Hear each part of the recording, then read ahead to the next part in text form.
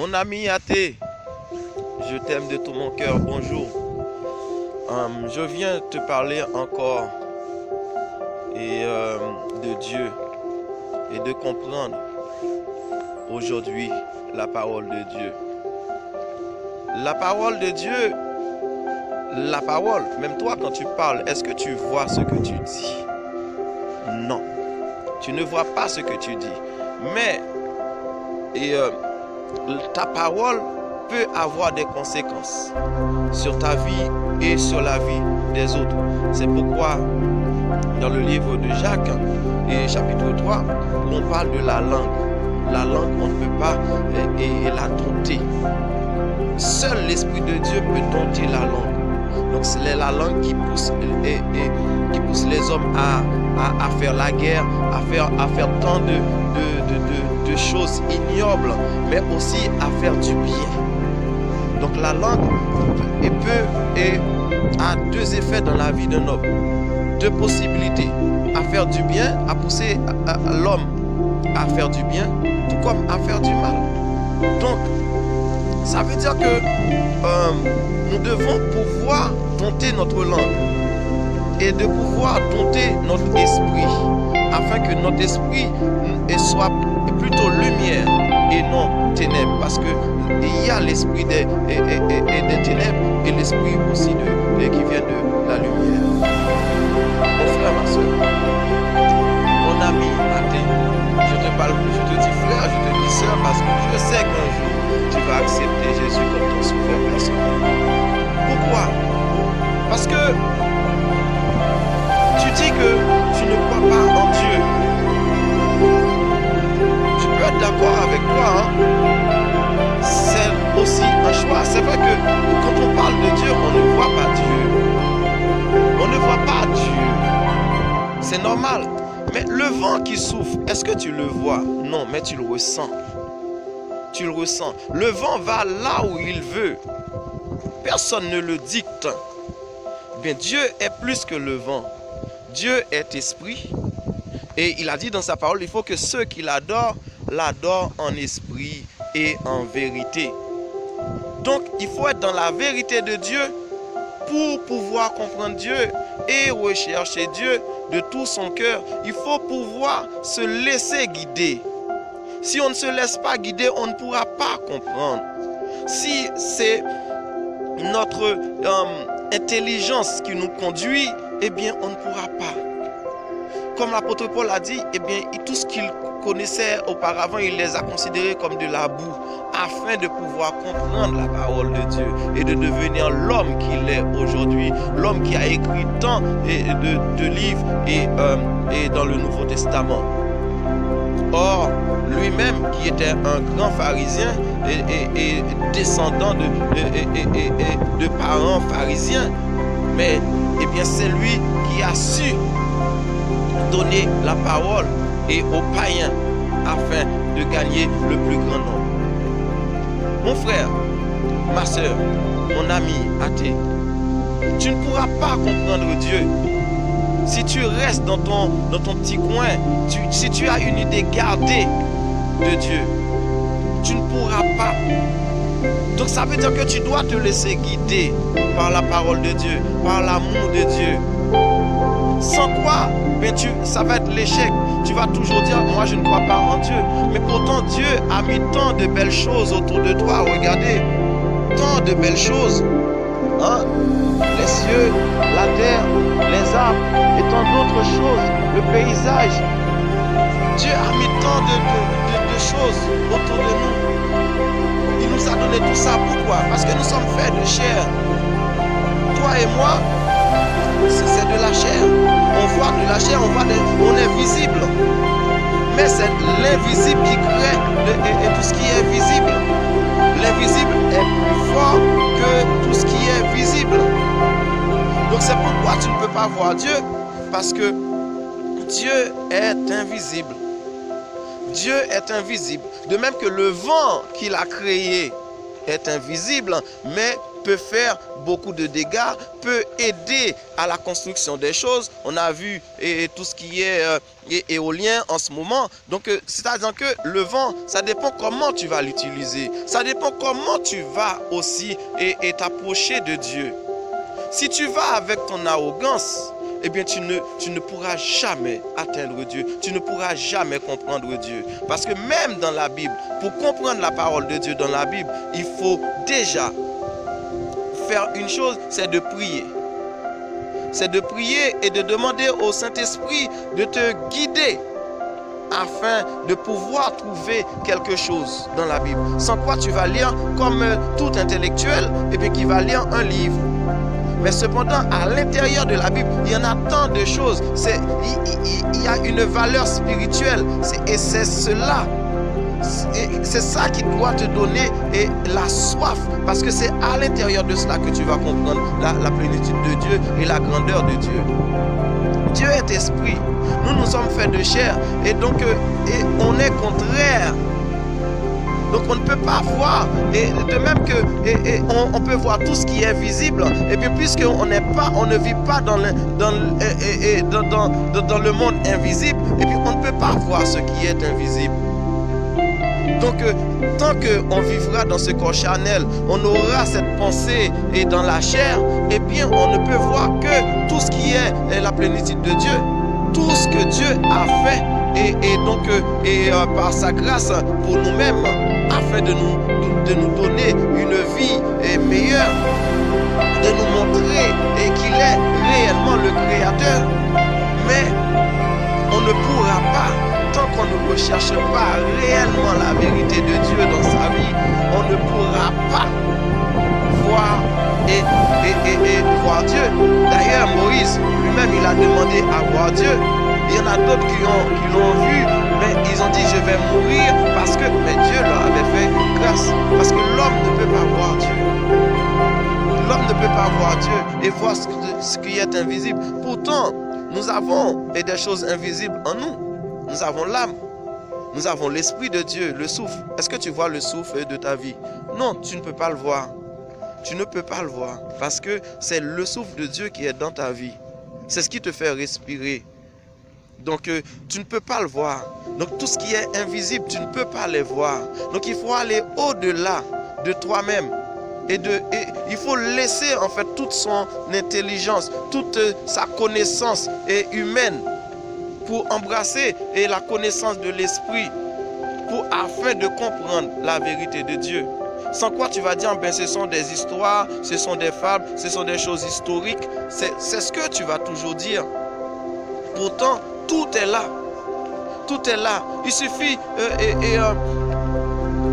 de regarder.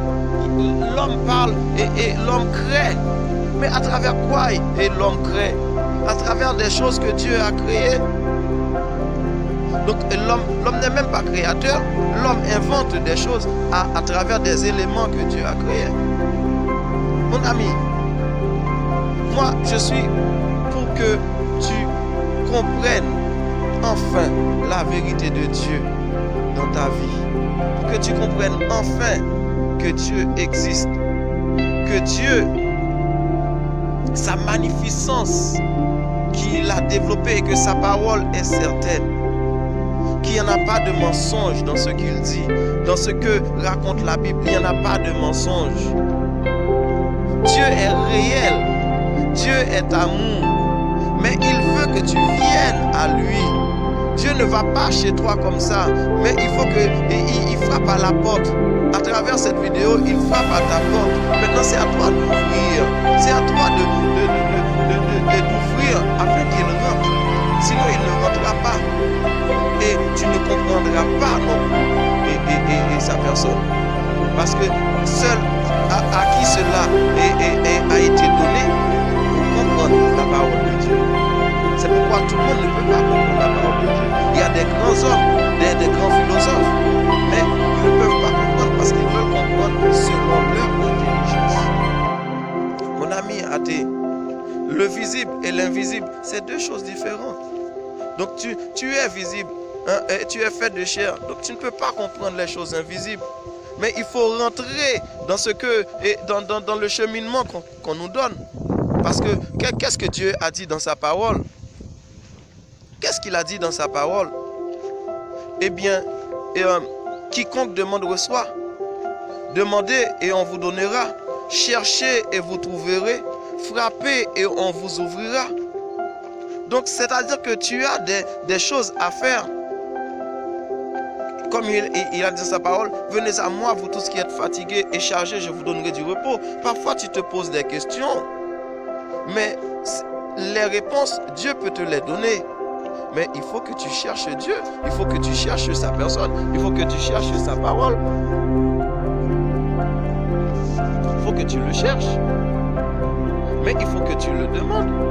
Si tu ne demandes pas à Dieu, il ne pourra rien te dire, tu ne pourras rien comprendre de lui. Et c'est ainsi que tu vas dire, ah, Dieu n'existe pas, Dieu n'existe pas, Dieu n'existe pas, Dieu n'existe pas. Et pourtant, non, il existe. Dieu est réel, mon frère. Dieu est fidèle, ma soeur. Dieu est amour.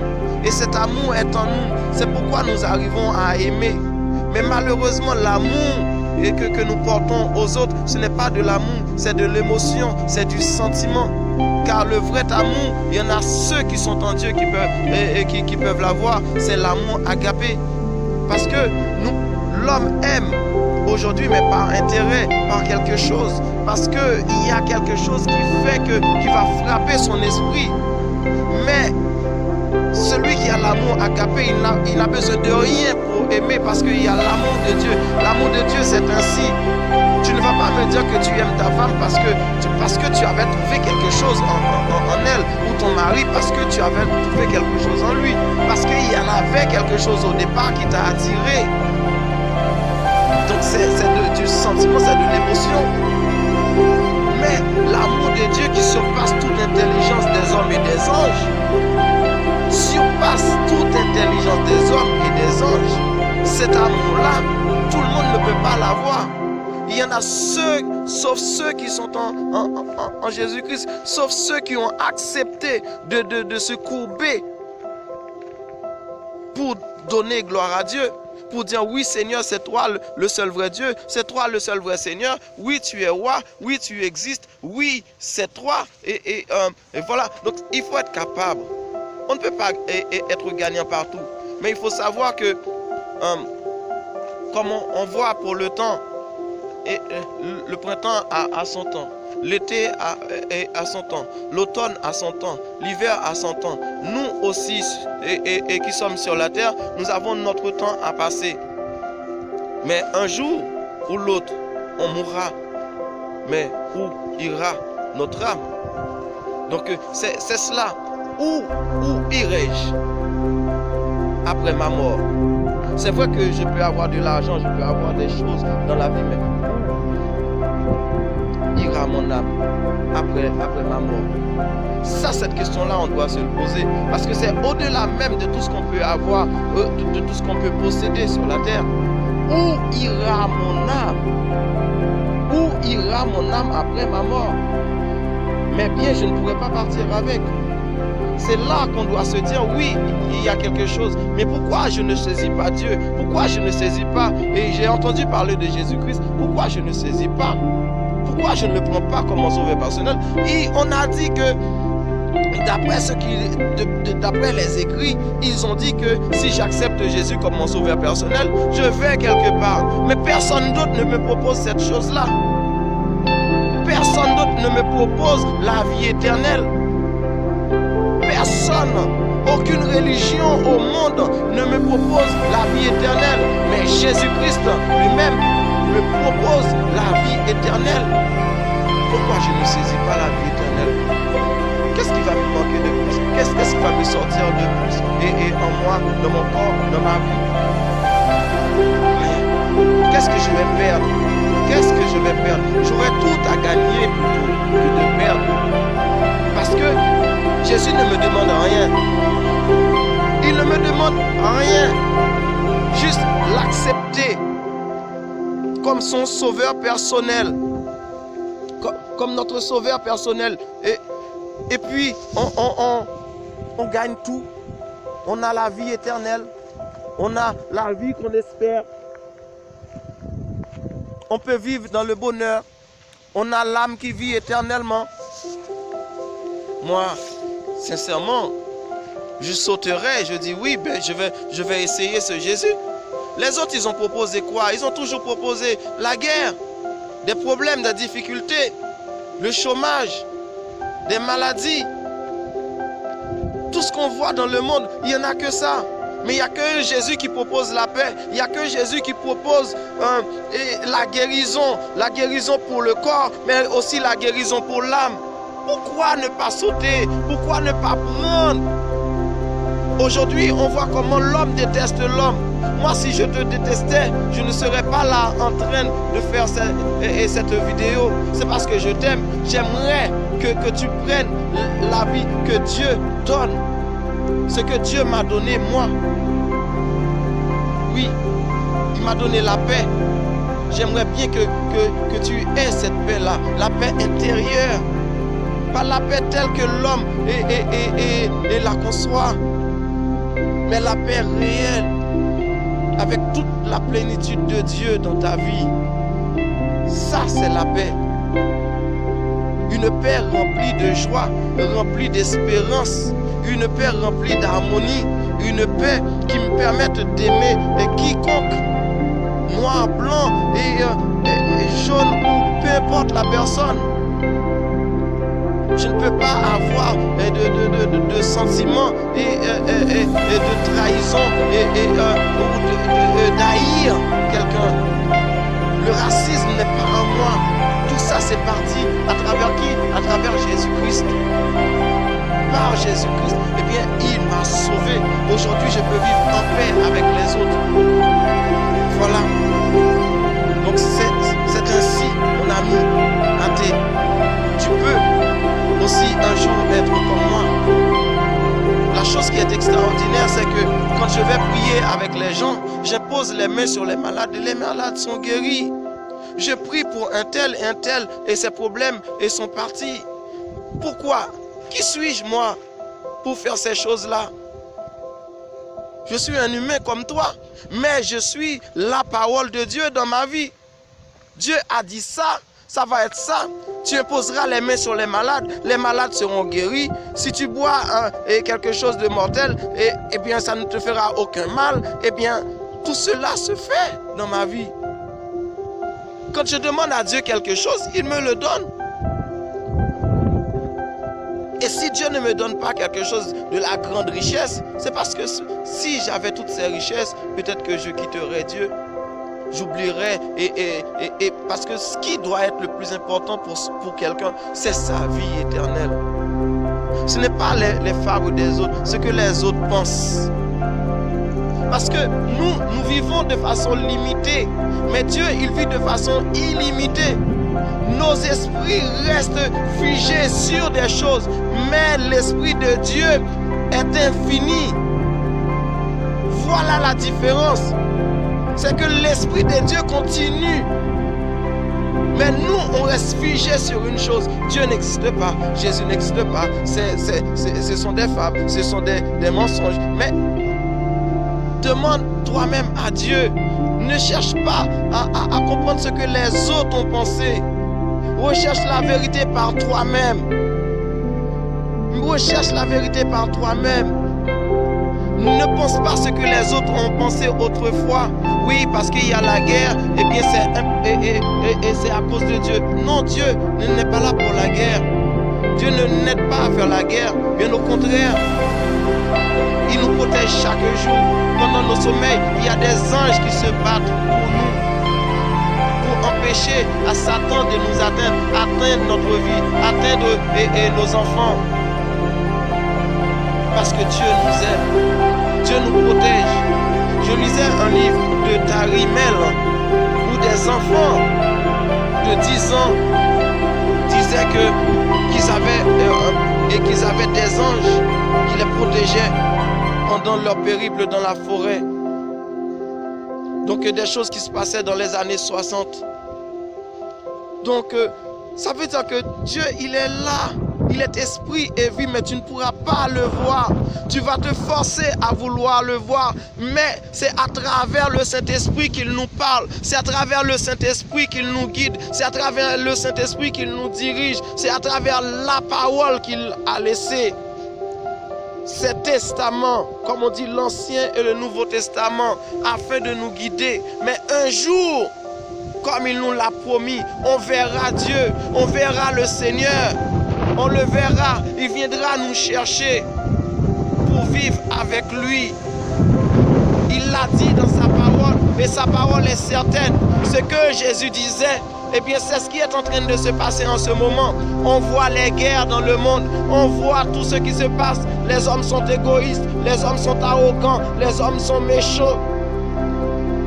On voit tout ce qui se passe dans notre société actuelle. Ce n'est pas le hasard. Le mal est en train de nous atteindre. Mais nous devons nous préparer. Nous devons nous préparer. Nous devons nous préparer, mais la meilleure préparation, c'est avec un maître. La meilleure préparation, c'est avec quelqu'un qui peut nous aider à nous préparer. Comme Dieu, il a dit, l'homme est faible de nature. Nous avons une faiblesse. Nous avons une faiblesse, mais la seule personne qui peut nous aider, c'est Jésus. C'est Jésus. Et Jésus, en acceptant Jésus comme notre sauveur personnel, eh bien tous nos problèmes seront réglés. On n'aura plus de soucis, plus de tracas, plus à penser à ce que je vais devenir demain. Dieu sait tout pour toi. Toi tu vois, et tout ce qui est visible, tu restes figé là-dessus. Donc il faut aller au-delà. Derrière une montagne, il y en a encore une autre montagne. Une montagne engage une autre. Donc il faut aller au-delà, il ne faut pas rester figé sur les choses, figé sur sa pensée, figé sur son idée bien gardée. Sans quoi tu ne pourras pas comprendre la vérité de Dieu, tu ne pourras pas comprendre la parole de Dieu, tu ne pourras pas comprendre la plénitude de Dieu. De même que, est-ce que les présidents, partout où ils sont, est-ce que tu les entends, tu les vois? Non. Mais quand ils donnent des règles de la société, eh bien, on voit que elles s'exécutent. C'est ce qui a créé des lois. Mais d'où viennent les lois, justement? De l'imagination de l'homme. Ça vient de Dieu. Beaucoup de lois. C'est pourquoi Dieu, il a dit dans sa parole, dans Romains chapitre 13, eh bien, de respecter les autorités, puisque c'est Dieu qui a mis les autorités en place. Donc, tu vois, c'est des choses pour comprendre la parole de Dieu. Il faut vivre, il faut vivre de la loi de Dieu. Il faut vivre Dieu. Il faut vivre par son Saint-Esprit, la plénitude de la parole de Dieu. Sinon, tu ne pourras pas comprendre ces choses-là. Sinon, la vérité te restera tout le temps cachée. Et donc, tu vas vivre comme ça. Je vis, je meurs, comme un animal. Pourtant, c'est Dieu qui a créé l'animal. C'est Dieu qui t'a créé. Mais tu es plus qu'un animal. L'animal a le corps et l'âme. Mais toi, tu as l'esprit qui a été ajouté. Et Dieu veut sauver ton âme. Dieu veut sauver ton âme aujourd'hui. Il est temps de se dire dans sa tête que je vais cesser de penser tel que je pense. Je vais cesser, je vais déposer mon intelligence. Je vais le déposer parfois. Même notre intelligence nous fait souffrir, mais je vais le déposer et chercher l'intelligence de Dieu. Je vais déposer mes connaissances. Je vais prendre la connaissance de Dieu pour essayer de revivre. Pour essayer de recomprendre les choses, pour essayer de recomposer la musique que je chantais auparavant, qui devienne qui n'est plus à la mode, même dans ma pensée. Il est temps. De même que tu ne peux pas manger la même chose tout le temps dans ta vie. Tout le temps, tu ne cuisines pas la même chose. Eh bien, de même que de temps en temps, tu dois pouvoir aussi renouveler ton esprit, renouveler tes idées, renouveler les choses de ta vie. Si tu gardais tes maisons comme ça, eh bien, tu aurais eu beaucoup de poussière. Mais tout le temps, tu as besoin de balayer. Tout le temps, tu as besoin de passer l'aspirateur. Tout le temps, tu as besoin de passer la serpillière. Parce qu'il y a quelque chose. Tu veux renouveler ta maison. Une fois de temps en temps, il faut la peinture. Une fois de temps... Voilà, toi aussi, tu es une maison. Tu as besoin de temps en temps et des rénovations. Tu as besoin d'être rénové. Pour que, en fait, les yeux te voient autrement, pour que toi-même que tu te regardes autrement, mais que tu ne restes pas figé dans ton esprit, figé dans ta pensée, figé. Mon ami, athée, Dieu t'aime. Et Dieu t'aime. Tout comme il aime tout ce qu'il a créé pour toi. Mais il te les a donnés. Tu vois, il a tout créé pour toi. Tout. Il t'a tout donné. Mais il veut que tu ailles au-delà de tout ça. Il veut que tu vives, que tu dépasses toutes ces choses. Mais que tu vives sa vérité réellement. C'est tellement extraordinaire quand tu pries pour quelqu'un et puis tu vois la guérison qui intervient. Waouh! Tu vois les démons qui tombent. Waouh! Qui suis-je? Donc c'est ces choses-là que Dieu veut pour toi. Que tu ne restes pas dans ton coin. Que tu ne restes pas sur tes idées. Mais d'aller chercher ceux qui étaient perdus. Parce que Dieu t'a créé pour louer. Dieu t'a créé pour lui donner gloire.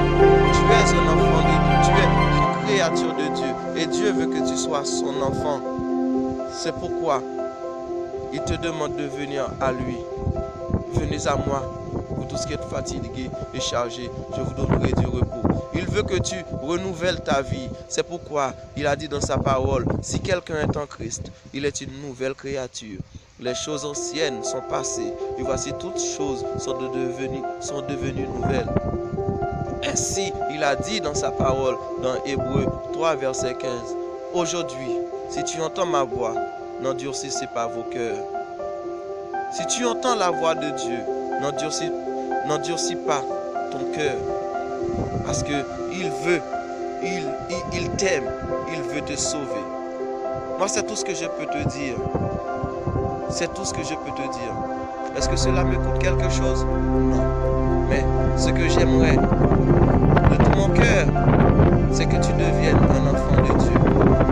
C'est que tu appartiennes enfin à cette famille, la famille de Jésus-Christ. Je ne te demande pas d'aller dans une religion. La religion, c'est pour les hommes. La religion, c'est pour la politique. Mais je te parle de Jésus-Christ de Nazareth. Je te parle de la nouvelle naissance. Je te parle de la nouvelle naissance. Et non d'une religion. La religion, on voit ce qui se passe dans le monde à travers des religions. Mais moi, je ne te parle pas de ça. Je te parle de Jésus-Christ. D'accepter Jésus-Christ. De sauver personne. Va voir un pasteur. Va voir un pasteur. Afin qu'il prie. Même un homme de Dieu. Si tu veux, tu peux même m'appeler. Tu peux même m'écrire. Et puis, on verra ensemble. Et le Saint-Esprit va venir ensemble. C'est à travers le Saint-Esprit que tu pourras comprendre les Écritures, comprendre la parole de Dieu, et devenir ce grand serviteur de Dieu que Dieu a, les choses que Dieu avait préparées pour toi depuis le temps ancien. C'est pourquoi il a dit à Jérémie, dans Jérémie chapitre 1, verset 5, avant que tu étais né, avant même que tu étais dans le sein maternel, je te connaissais. Et je t'avais déclaré prophète des nations. Qui c'est en toi s'il n'est pas sorti déjà un grand prophète? Si tu n'es pas un prophète, mais pour cela, il faut venir à Jésus. Il faut venir à Jésus. Ce n'est pas un hasard, d'accord? Rien n'est du hasard. Il n'y a pas d'hasard. Sur la terre, il n'y a pas d'hasard. En te parlant là, ce n'est pas du hasard. C'est poussé par l'Esprit que les hommes ont parlé. Que Dieu te bénisse, que Dieu te garde, que Dieu te conduise dans tous tes projets. Et j'espère qu'un jour, qu'on se retrouvera en haut, ensemble, à louer Dieu. Que Dieu te bénisse encore.